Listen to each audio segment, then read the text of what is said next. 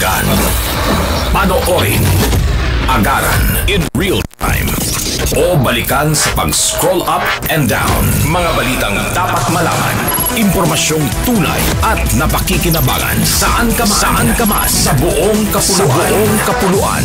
Bangon sa bagong sigla. Kababayan, kasama ang social media. Powered broadcaster ng bagong mamamayan. Tapat sa pag-uulat. Ito po ang Presidential Broadcast Service. Sa Kalbayog, Radyo Pilipinas, 882 AM.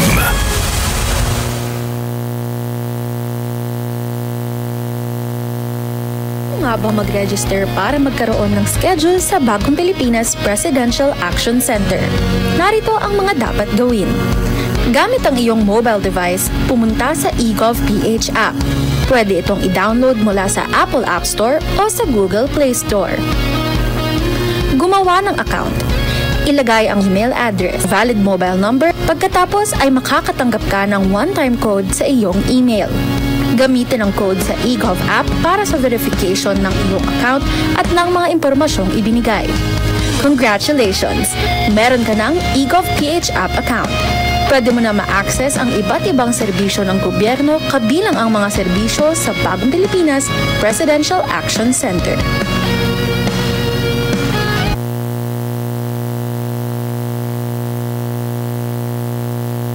Radyo Pilipinas, Radyo Publiko. Radyo Pilipinas, Radyo Publiko.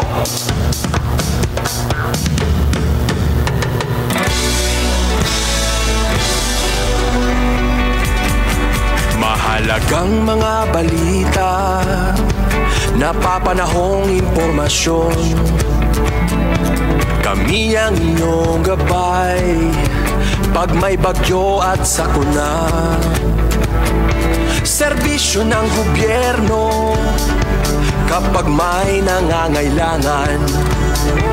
Mga proyekto ng Pangulo, damang-dama ang pagmamahal niya. Tulay ng mga hinaing, ang problema ng bayan ating lulutasin. Tulay sa himpapawid, tulay ng pagbabago. Radyo Pilipinas, Radyo Publiko ng bagong Pilipinas. Radyo Publiko, Radyo Pilipinas, Radyo Publiko ng bagong Pilipino. Mga proyekto ng Pangulo, damang-dama ang pagmamahal niya. Radyo Pilipinas, Radyo Publiko, ang boses ng Pangulo.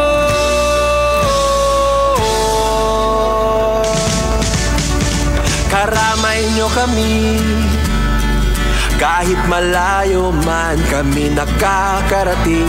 OFW magsasaka, buhay ay iba't iba, san mang lugar ng bansa natin. Tulay ng mga hinaing, ang problema ng bayan ating lulutasin. Tulay sa himpapawid, tulay ng pagbabago. Radyo Pilipinas, Radyo Publiko ng bagong Pilipinas. Radyo Publiko, Radyo Pilipinas, Radyo Publiko ng bagong Pilipino. Mga proyekto ng Pangulo, damang-dama ang pagmamahal niya. Radyo Pilipinas, Radyo Publiko, ang boses ng Pangulo. Radyo Publiko, Radyo Pilipinas, Radyo Publiko, Radyo Pilipinas.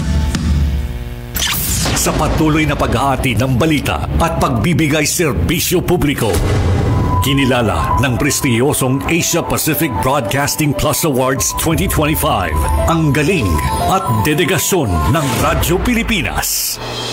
Patunay ito ng tapat na paghatid ng serbisyo sa mga Pilipino, maparadyo, TV at maging sa makabagong paraan ng paghahatid ng balita sa mundo ng social media. Sa pangunguna ni Presidential Broadcast Service Director Dindo Amparo, kasama ang lahat ng kawani ng Radyo Pilipinas. Inaalay namin ang pagkilalang ito sa bawat Pilipinong aming pinaglilingkuran. Radyo Pilipinas, Radyo Publiko.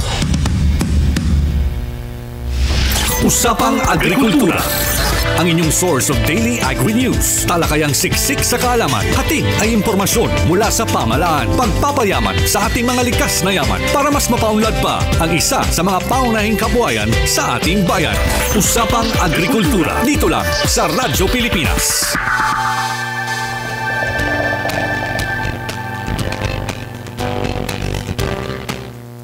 Ato no oras, 9 minuto sa naglabay sa alas 5. Maupay nga aga mga kaagari. Oras na liwat para sa usa na liwat nga mahinungdanon nga aton pagrestoryahay sa aton kompas ngan sa aton kasugbong sa makabago nga paguma sa usapang agrikultura. Yan ang adlaw sa Huwebes, ika-21 sa Agosto, tikang alas 5 hangtod alas 6 san aga. Sa ngaran sa naton acting station manager, Hinaro Novelon, ako niyo mga kaupod, yan ang Huwebes, Suzette Pretencio. Ngan kaupod liwat naton sa Master Control, Sarah Joven Cardenas, ngan si Kuya Israel Ezra Taro. Yes, mga ka-agri, welcome sa Usapang Agrikultura. Ngan inihano nga aton programa, iniinahimugso pinaagi sa pagpangalimbasog ngan kolaborasyon sa Department of Agriculture, Regional Field Office 8, Presidential Broadcast Service, Presidential Communications Office, agad makahatag liwat sa aton sa higayon nga ang DA nga niya mga attached agencies in makahatag sa higayon nga sirain makapadangat san impormasyon mga pitad bahin sa mga pitad o programa ngan proyekto sa Department of Agriculture. Yes, mga ka-agri, yan nga ika-21 sa Agosto. Holiday yan na actually. Kay aton gin sa salinurog, aton ginaobserbar an Ninoy Aquino Day nga nini nga adlaw ino sa ini nga pagpahinumdum sa aton sa sakripisyo para kita in magkamayada sa kamurayawan nga demokrasya. Okay naton tahano nga aton pamalandungan an kaimportansya sa sini nga adlaw para sa aton nasod. Anyway, mga kaagri natin yun na pagharampangan, yan ang kaagahon. I-inspire na liwat kita. Kaya natin yan na pagharampangan, sa inspiring story, success story sa aton asosasyon dito sa Nueva Ecija. Nga kundiin may dasirasan ginger ngan coffee processing. So maupay niya liwat an aton pagtikang sa naton kaagahon sa naton adlaw sa Huwebes kay maupay an aton mababatian ngan may hilingan nga istorya nga sigurado makakahatag ni kusog sa aton mga paraguma ngan mga risda kay ini nagpapakita nga may talaga kabubuwasan ang sektor sa agrikultura. Pero syempre antes sana ritual naman good naton inino nga para mahimata kita, maging alert, alive, and enthusiastic kita. Adi anay and kanta nga halad sa aton sa Department of Agriculture. Adi and kanta nga ani at kita.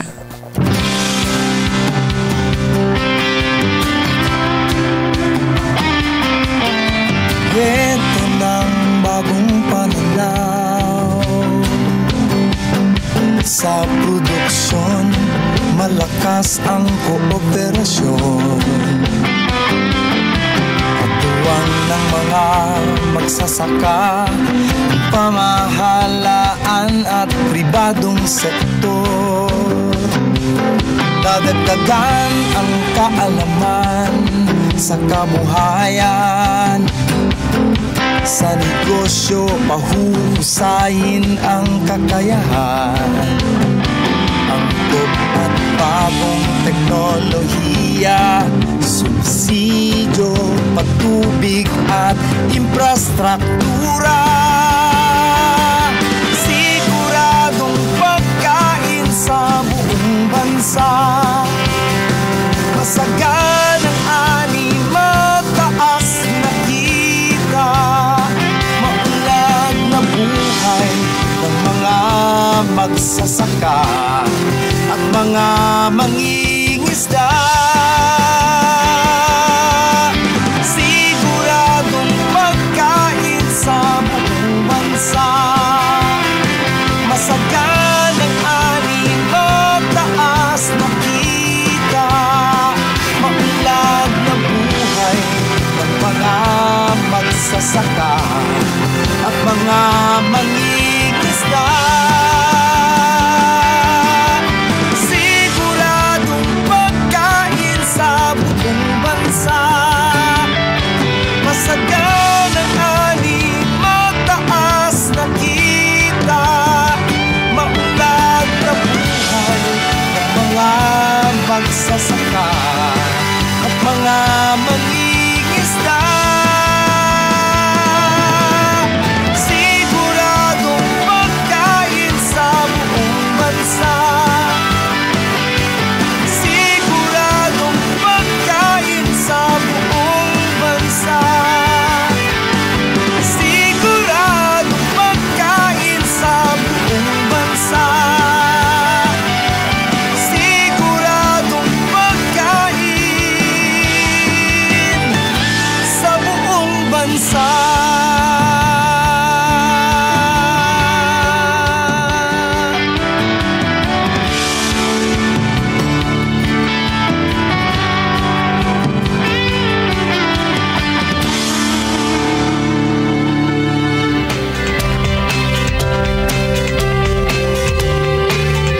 Nabatian naton ang kanta nga Ani at Kita sa Department of Agriculture. Aton oras, 15 minutos sa naglabay sa alas 5. Mabalik kita sa aton programa pagkatapos lasan pipera nga mga pahinumdom. Hatid ay balita, impormasyon at sari-saring kaalaman tungkol sa sektor ng agrikultura sa ating bayan. Usapang Agrikultura kasama ang Department of Agriculture. Alamin ang mga hakbang ng administrasyon para mas mapaunlad pa ang iba't ibang industriyang agrikultural at pakinggan ang mga proyektong handog sa mamamayan upang mapalago ang kanilang mga kabuhayan. Usapang Agrikultura, Lunes hanggang Biyernes, alas 5 ng umaga, dito lang sa Radyo Pilipinas. Sa pagkilala sa mahalagang papel na ginagampanan ng mga magsasaka sa pagkakaroon ng sapat na pagkain sa bansa, sinimulan ng Department of Agriculture ang pagbuo ng Farm and Fisheries Clustering and Consolidation Program o F2C2. Sa pagsasama-sama at pagbubuklod-buklod ng mga magsasaka at mangingisda na nagkakalapit at nagkakatulad ang produksyon, tutulungan sila ng F2C2 na matukoy ang kanilang mga pangangailangan, mapabuti ang kanilang produktibidad, makamit ang economies of scale, at gawing negosyo ang kanilang mga aktibidad sa agrikultura at pangisdaan. Para sa iba pang impormasyon, bumisita sa opisina ng DA8 F2C2 Regional Secretariat, Canhurao Hill, Tacloban City. Isang paalala mula sa Department of Agriculture, Regional Field Office 8 at ng himpilang ito. Nakasuporta sa inyong kabuhayan. Kaagapay nyo sa masaganang kinabukasan. Usapang Agrikultura dito sa Radyo Pilipinas.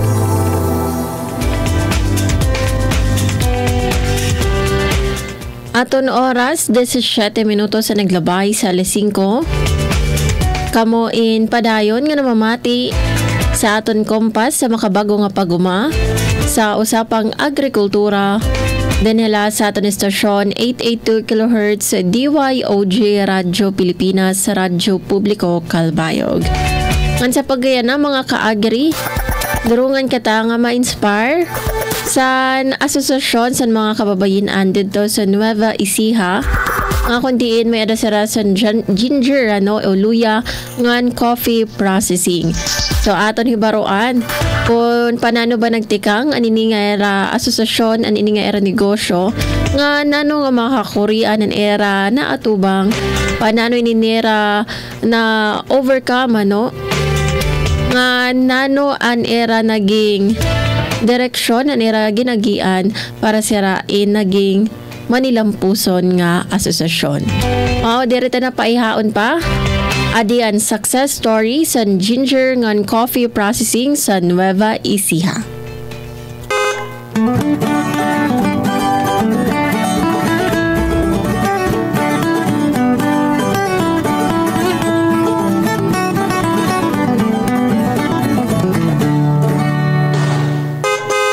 Tara, kilalanin natin ang samahang kababaihan ng Kapintalan.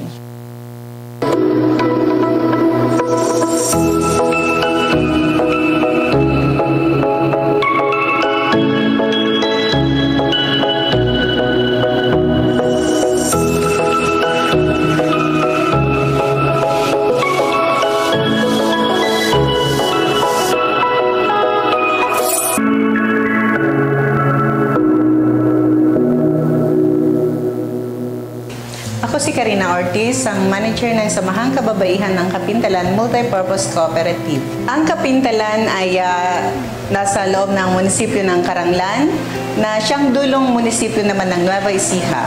Ang aming kooperatiba ay organized noong 2001 and finally na registered sa Cooperative Development Authority noong January 2, 2002.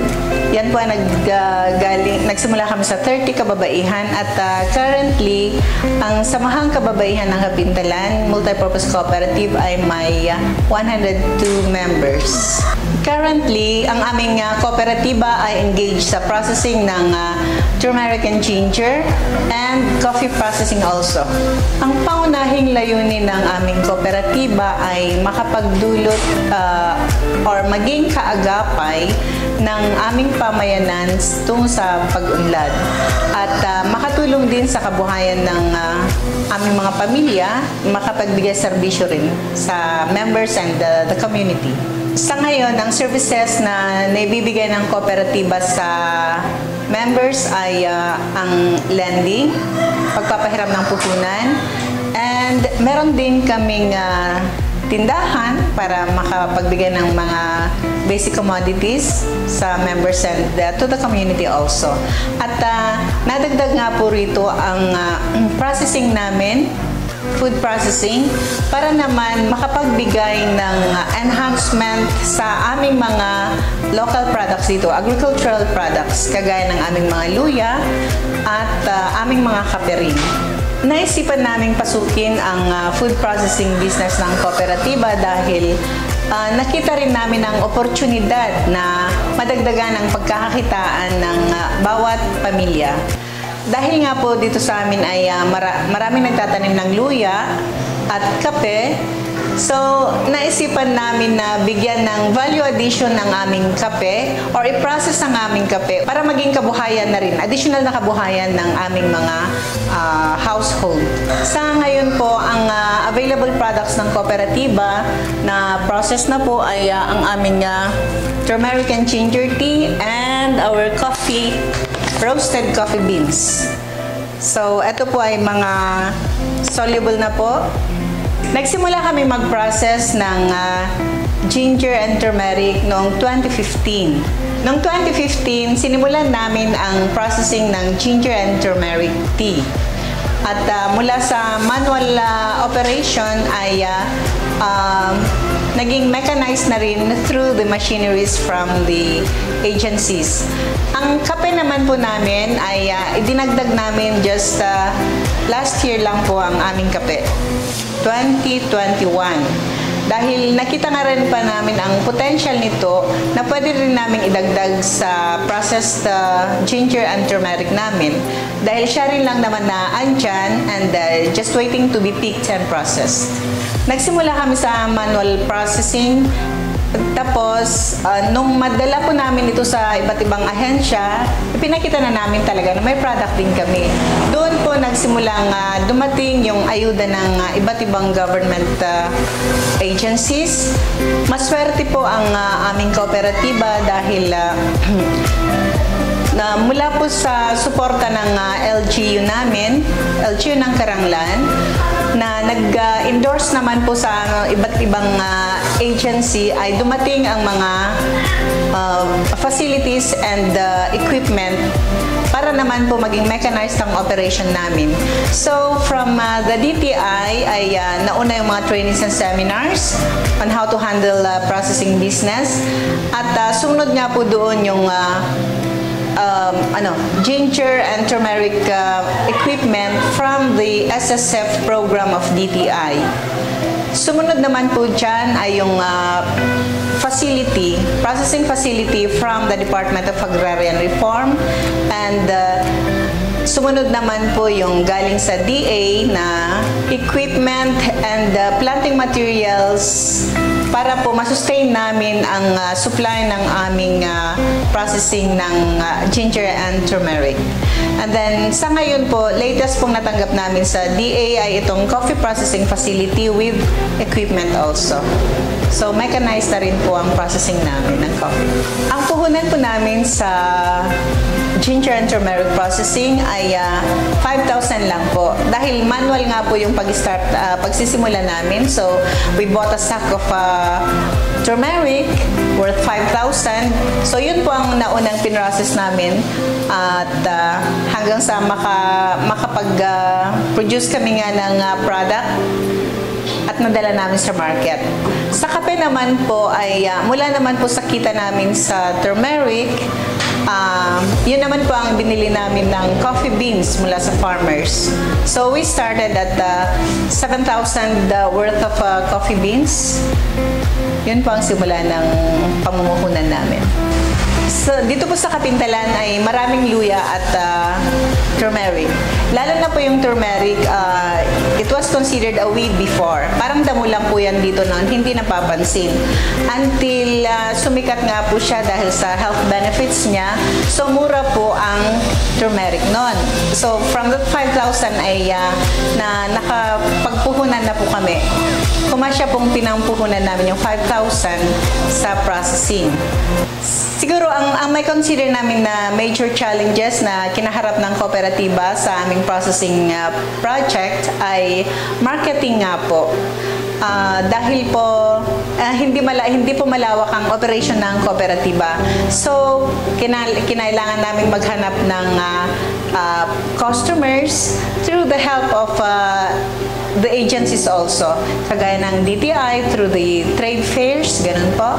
And then, sa pamamagitan ng pagsali ng mga trade fairs conducted by DTI and DA, at ganun din po ang LGU. Para ma-introduce po namin yung aming produkto. Sa ngayon po, ang aming mga market ay nakakarating na po ang aming mga products sa Baguio, sa Manila, some parts of Vizcaya, may nakarating din ng Cebu, and nakakalabas na po ng out of the country also. Nakakalabas na po ng bansa. Through hand carry naman po yung mga nakakalabas na bansa. And actually, may bibiyahe pong Canada sa isang araw, May 7, dala-dala ng isang kaibigan. Through the help of LGU, LGU po ang isa sa supporter dahil sa tuwing nangangailangan sila ng tokens for their activities ay kami po ang kinukunan nila. Aside from our processed products ay nagmamarket din kami ng mga fresh vegetables and fruits through the Kadiwa program of DA. Kami po ay naswertehan na nakakuha ng grant from the Kadiwa program para sa working capital namin. Currently, the Samahang Kababaihan ng Kapintalan Multipurpose Cooperative has been recognized by the LGU and the Department of Agriculture for participating in the programs that are assisting the farmers. And in 2020, the Department of Trade and Industry has awarded the Samahang Kababaihan ng Kapintalan Multipurpose Cooperative the outstanding MSME for that year. Masasabi kong nakatulong ang kooperatiba sa members at sa community dahil ilan na rin po ang nabigyan ng trabaho dahil sa processing project ng kooperatiba. At ganun din po, habang lumalaki ang negosyo ng kooperatiba ay mas nangangailangan kami ng tao at raw materials na nanggagaling naman po sa farmers namin. So, masasabi namin malaki rin ang naitulong sa farmers dahil nadagdagan yung kita nila. Bilang patunay ay nakita namin na nadagdagan ang income ng aming mga farmers at nagkaroon ng hanap buhay o pagkakakitaan ang ibang members namin. Bilang isang enterprise ay may social responsibility rin ang kooperatiba. So, aktibo po ang kooperatiba sa pagsali ng mga programs na pangkalikasan at pang-komunidad ang aming kooperatiba. Noong mag-engage ang kooperatiba sa food processing ay nadagdagan ang kita ng kooperatiba by 30%. Sa management naman po ng kooperatiba ay masasabi ko na yung malakas ang commitment namin na mapalago ito dahil ang aming kooperatiba ay nabuo dahil sa pagbubuklod-buklod at isang hangarin na mapataas ang antas ng aming pamumuhay. Dahil nung wala pa itong kooperatiba ay kung saan-saan po kami nangungutang. And then andiyan kumapit kami sa 5-6 para lang makahiram ng puhunan sa garden pero wala naman pong nangyayari sa amin. So, yun po, nagkaisa kami na buuin ang kooperatiba na ito para meron kaming mahihiraman na sa amin din mapupunta ang kita pag at the end of the year. So, andun yung commitment namin na mapalago ito at and from that, dahil din sa commitment namin na ito ay sinikap namin na makapag-attend ng mga trainings on good governance and kung paano po i-manage na maigi ang negosyo ng kooperatiba. Para naman po sa ibang kooperatiba na gustong pumasok sa food processing, ang maipapayo ko lang siguro ay tignan po natin kung ano yung maraming produkto, agricultural products sa paligid natin para hindi tayo mahirapan sa raw materials or supply. And sigurado po na makakatulong tayo sa ating mga komunidad at sa farmers natin dahil tanim nila yan andyan lang po na naghihintay na magamit at maging pagkakakitaan nila.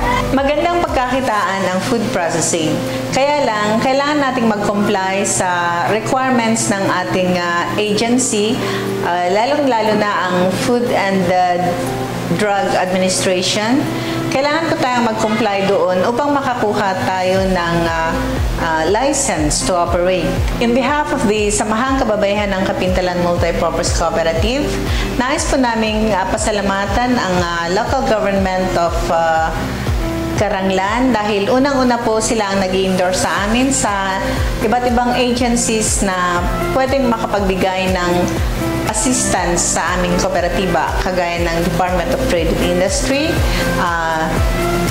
Department of Agrarian Reform, Department of Agriculture, and ganun din po ang National Commission on Indigenous People.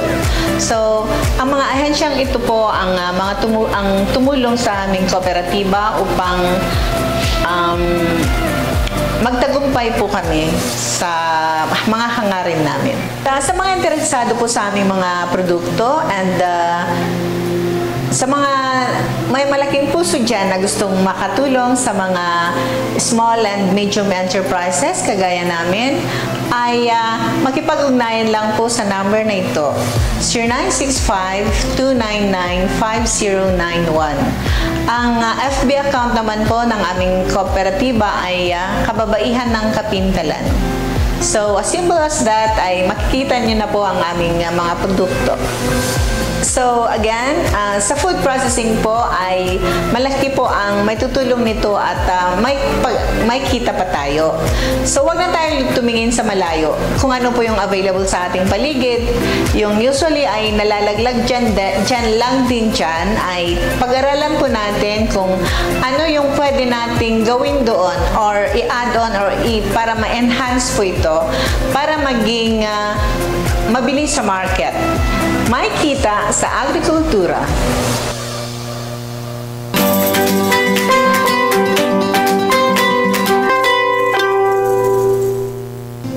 Ako po si Ana Mindanao. Ako po yung treasurer. Ang co-op po ay nakatulong sa amin sa pamamagitan ng employment aid po. Dati po walang hanap buhay, pero anong naipatayo po namin itong co-op, dito na po kami nagkaroon ng hanap buhay. Itong kape po namin na ito ay harvest na po namin dito sa Kapintalan. So, dati po hindi pinapansin itong kape dahil wala pa pong bumibili. Ngayon, nagkaroon po yung isang organization sa Samahang Kababaihan. Tapos, may galing po sa DA na facility. Kaya, yung mga farmers na ay binebenta na po sa amin dito sa co-op. Bago po namin lutuin, sinusort po namin, pinipili namin yung mga hindi magandang quality nung na coffee beans, at yung mapipili namin yun po yung niluluto para sa yung binebenta namin, processing. Bali, everyday po luluto sila ng 9 kilos per batch po ng pagluluto nila. Ako po si Rowena Multog bilang isang membro ng Samahan ng Kababaihan. 20 years na po ako na membro at nagtatrabaho po sa kababaihan. Ito pong kape, niluluto po namin ng mahigit 1 oras. Hinahalo po namin ng dahan-dahan. Kasi po, pag hindi po dahan-dahan po magkuhan yung apoy, pag malakas po yung apoy, sabi po niya hindi masarap ang kape. Dapat lang po daw, dahan-dahan yung apoy, tapos palagi po hinahalo po. Ito pong kape namin po, galing po dito po sa aming mga membro. Ito pong kape namin kasi noon, wala po itong Samahan po ng Kababaihan. Nung nakita po nila na meron na pong nakatayo ng panang po ng kababaihan, sabi namin po, yung mga membro, sabi nila, maraming kape dito sa Kapintalan. Ano po ang gagawin natin? Sabi nila. Tapos sabi namin, meron naman na ako ng kababaihan. Tayo na ang bibili sa sarili nating atin na kape. Kasi sabi po ang mga membro, nasasayang lang mga kape. Bakit hindi daw napapansin? Pag ipupunta po sa ibang bayan, siyempre po kanyang pamasahe, mura pa, sabi nila. Tapos po, naisip po namin na bilhin na natin kasi maganda po itong kape. Nasasayang lang po talaga sa tagal na panahon po. Ngayon lang po nagkaroon po ng ganito dahil po sa Samahan po ng Kababaihan. Ngayon po hindi na po nasasayang yung kape. Binibili na po ang buhok ng Samahan ng Kababaihan po. Malaking tulong po sa po namin kasi po noon wala akong trabaho. Tulad po ako sa bahay. Nung nakuha na ako dito, malaki na pong tulong sa akin kasi po lalong-lalo po sa gastusin sa araw-araw. Kahit papaano nakuha naman po ang gastusin sa bahay, lalong-lalo po sa mga anak po namin nag-aaral. Ako po si Victoria Trias. 3 years na pong member sa co-op na ito. After po ma-roasted tong kape, gigilingin po natin dito sa na binigay po ng BI.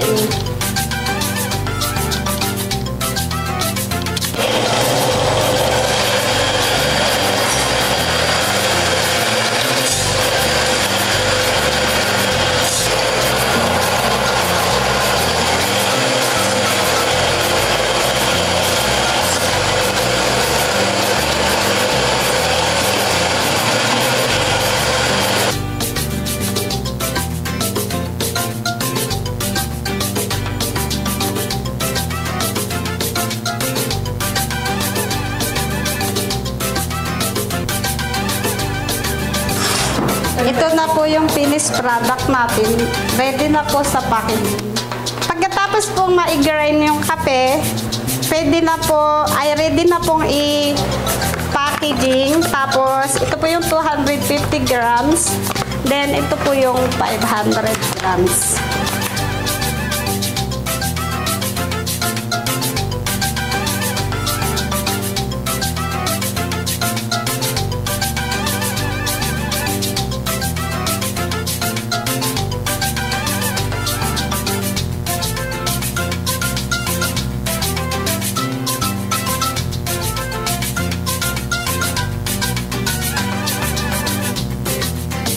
Tapos po, pagkatapos malagyan, sealer.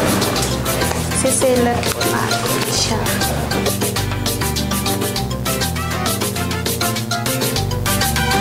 Nung wala pa tong machine na to, mano-mano po yung sealer namin kasi ay nahihirapan po kami pag marami yung sinisil namin. Pero nung dumating na to, napagaan po yung trabaho namin. Hindi na masakit sa kamay. Ito na po ang finished product ng Kapintalan Coffee. Pwede na po siyang dalhin sa store. Katulong po ito lalo na sa akin kasi wala po akong trabaho. Tapos, nakakatulong din po ito sa allowance ng mga bata. Nung nagpandemya po, nawalan po ng trabaho yung asawa ko. Tapos, dito na lang po kami kumukuha ng budget ko minsan, ganun. Dati po, nung hindi pa po ako member dito, nasa bahay lang po ako, walang income. Naiisipan ko pong maging member dito kasi isa ako sa walang trabaho kasi hindi po ako nakatapos ng pag-aaral. Mahirap pumasok sa trabaho.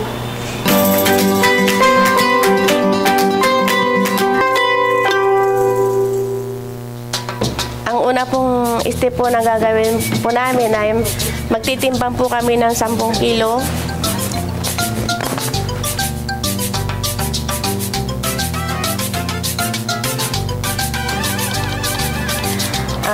Kaya po 10 kilo po ang aming tinitimbang na iluluto ay manual po ang aming ginagawa na paghahalo po para po hindi po siya masunog. And then po, papunta na po ako sa hugasan. Ibubukbuk ko na po.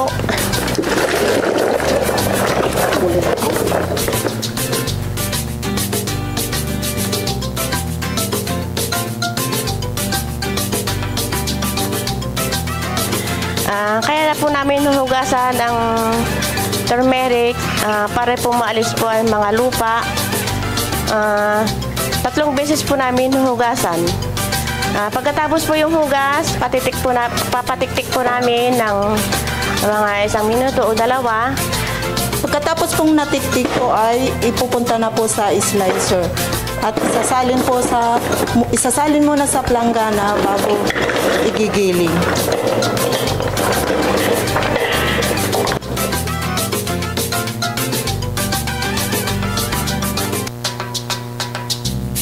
Ito na po yung next step natin sa paggigiling po. Paandar po natin yung machine.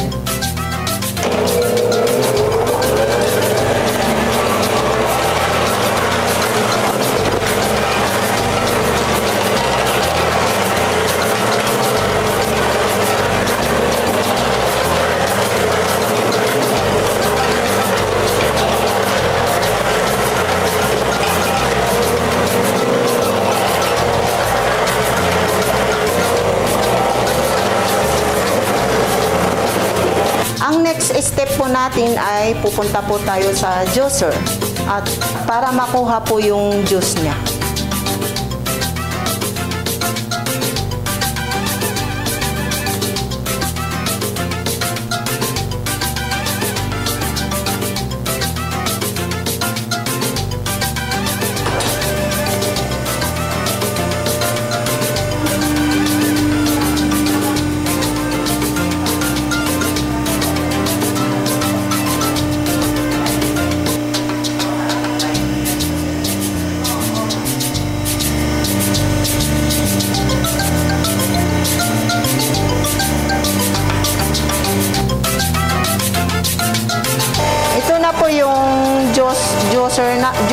Juicer natin. Makikita nyo po, konti na po yung lumalabas sa machine, meaning to say, wala na pong katas. So, yan na po yung last na kanya. Pagkatapos po ng juicer is, ilalabas po namin yung juice niya sa lutuan. Ito na po ang na-press na juice ng turmeric tea. Tatakalin po na natin.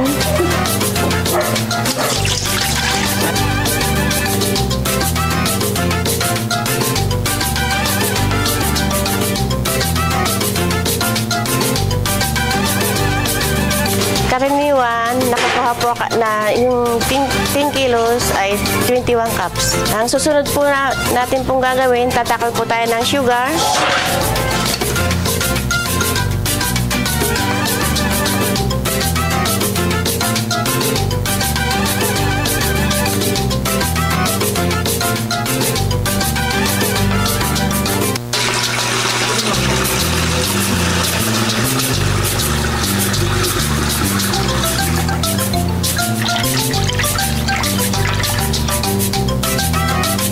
Tapos po nilagyan po ng asukal at nahalo, pwede po na nating lutuin ang turmeric na juice sa loob po ng mahigit ng 1 oras.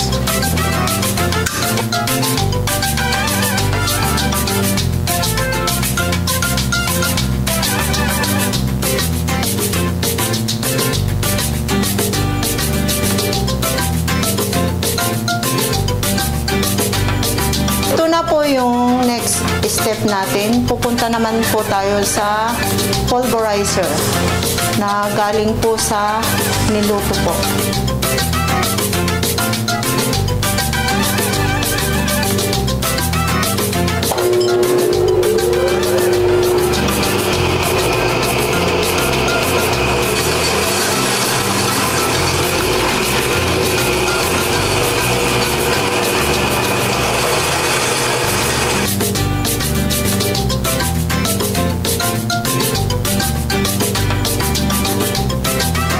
Pagkatapos po ng pulverizer po ay ipupunta po natin yung yung na-pulverize sa repacking area.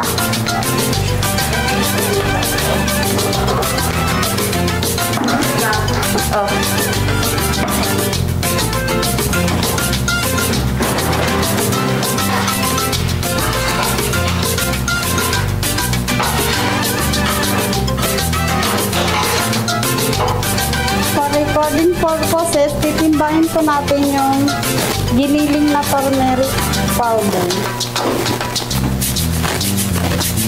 2.5.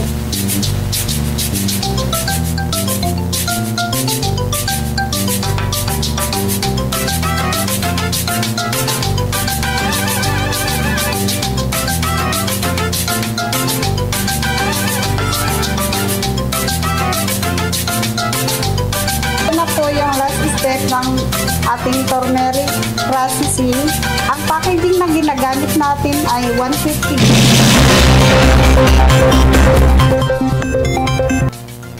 Ang naluto po natin ngayon ay turmeric with honey.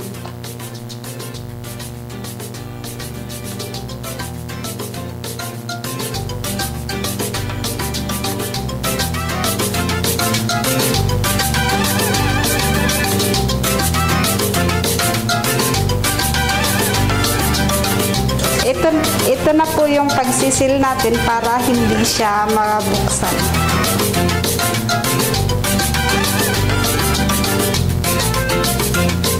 Ready na po para dalhin sa store.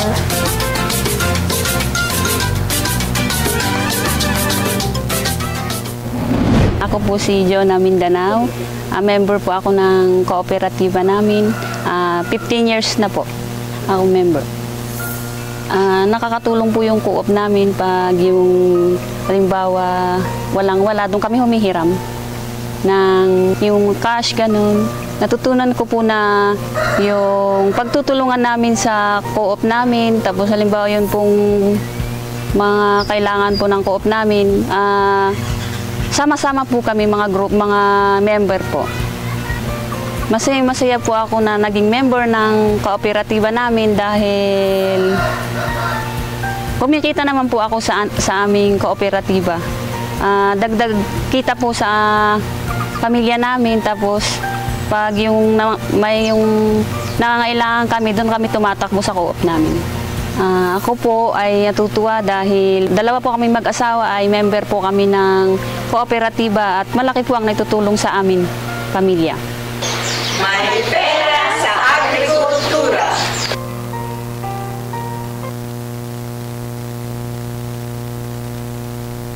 Sa inyong kabuhayan, kaagapay nyo sa masaganang kinabukasan. Usapang Agrikultura dito sa Radyo Pilipinas.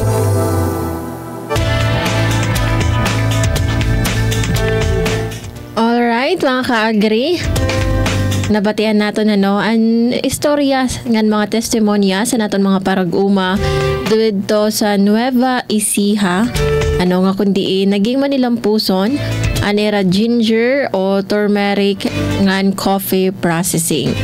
Aton oras 49 o 50 minutos sa naglabay sa alas 5. Mabalik kita sa aton programa pagkatapos lasan pipera nga mga pahibaro. News and current affairs, top stories of the day, business, sports, music, and entertainment. Dadalhin sa inyo ng mas pinaganda, mas pinalawak, mas pinalakas. Radyo Pilipinas. Radyo Pilipinas Calbayo, DYOG 882 AM. Akala ko dati, sobrang mahal ng tablets. Pero dahil sa ASEAN, halos zero na ang buwis sa tech imports. Kaya mas affordable na sa mga tulad kong estudyante. Sa digitized custom system ng ASEAN, mas mabilis dumating ang mga learning gadgets. Mas konti ang delay, mas marami ang matututunan. Mas madali na mag-source ng parts at accessories ngayon. Dahil sa trade agreements ng ASEAN, mas mabilis ang cross-border shipping at mas mura ang gastos. Dahil sa mas malawak na internet sa ASEAN, kahit sa probinsya nakakabili na kami ng tech online. At maraming ASEAN-made products na good quality. Abot kaya pa. ASEAN supports local innovation. Meron tayong mga hubs na tumutulong sa mga inventors at startups gaya ko para protektahan ang ideas at gawing negosyo. Hindi ako techie, pero ngayon marunong na ako magbayad at tumanggap ng QR gamit ang phone. Dahil sa ASEAN, mas accessible ang technology kahit sa maliliit na negosyo. Dahil sa digital trade provisions ng ASEAN, mas maraming tech brands online. Nakaka-order ako ng gadgets at accessories na dati ay imported lang. Ngayon, mas mura at legal. Dahil sa ASEAN, mas abot kaya ang tech, mas mabilis ang access, at mas maraming oportunidad para sa lahat. Innovation across borders para sa bawat Pilipino.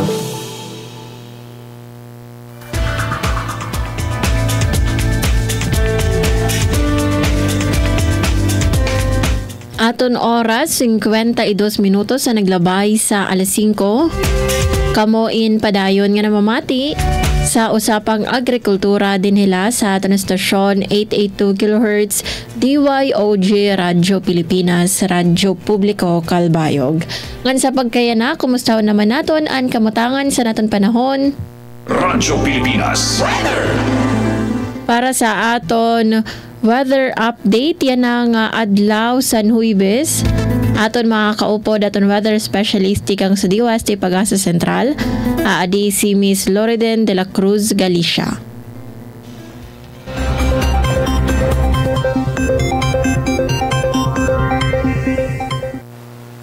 Magandang araw Pilipinas, narito ang latest sa lagay po ng ating panahon.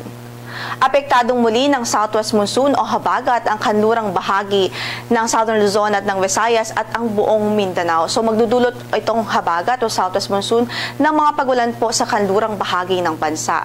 Samantala, update muna sa low pressure area na nasa loob ng ating area of responsibility. Huling nakita ang sentro po nito sa layong 705 kilometers sa ilangan huyan ng Infanta, Quezon.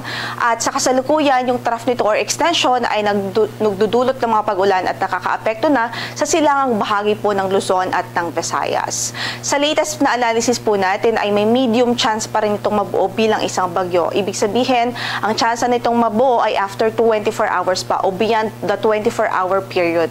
At sa kasalukuyan, sa ating analysis din, generally ay pa-west-northwestward pa rin ang kanyang pagtahak at posible po na mag-traverse ito o tumawid dito sa northern o kaya naman sa central Luzon sa mga susunod na araw. Kaya't patuloy po tayo magantabay sa updates ng Pag-asa at kung sakaling magbuo ito bilang isang bagyo sa loob ng ating area of responsibility ay papangalanan ho natin itong si Bagyong Isang. Sa pagtayo ng ating panahon sa araw na ito, magiging maulan ang panahon dito po sa Cagayan Province, Isabela, Aurora, maging dito sa Metro Manila, Calabarzon, Bicol Region at sa Oriental, Mindoro, Marinduque at Romblon, epekto po ng trough ng low pressure area. Samantala sa Occidental Mindoro at Palawan, asahan din natin ang maulap na papawirin at mataas na tsansa ng mga pagulan dahil sa habagat o southwest monsoon.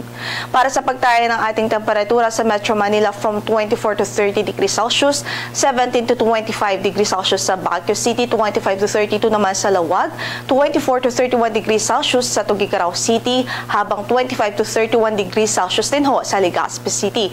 Sa Tagaytay ay 23 to 29 degrees Celsius naman ang inaasahan natin magiging agwat ng temperatura.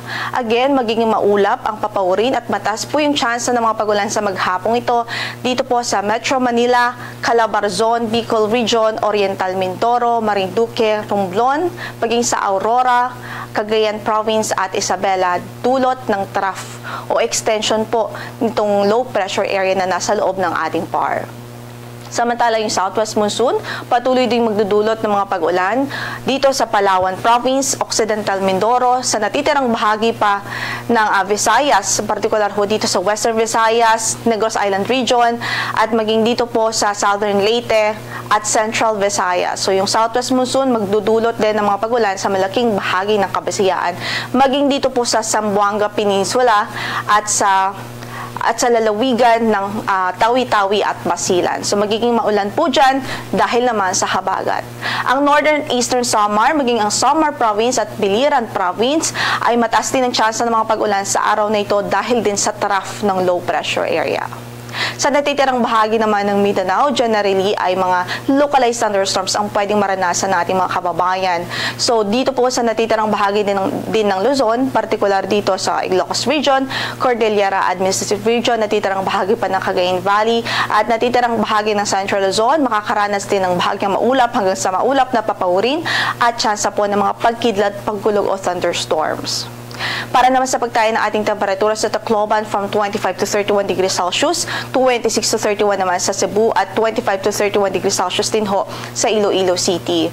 Gayon din sa Puerto Princesa City, 24 to 31 degrees Celsius naman sa Kalayaan Islands, 25 to 32 sa Zamboanga City at sa Cagayan de Oro ay from 24 to 30 degrees Celsius. Sa Davao ay 25 to 33 degrees Celsius naman ang inaasahang magiging agwat ho ng ating temperatura. Kasalukuyan po ay wala rin tayong gale warning na nakataas sa mga bahagi ng ating mga baybaying dagat. Light to moderate o banayad hanggang sa katamtaman ang magiging pag-alo ng kondisyon ng ating karagatan. Ang summarize natin for today is 5:43 in the morning at inaasahang lulubog ang araw mamaya sa ganap na alas 6:15 ng gabi. Yan ang latest mula dito sa Pag-asa. Ito po si Lori de la Cruz Galicia. Magandang araw po.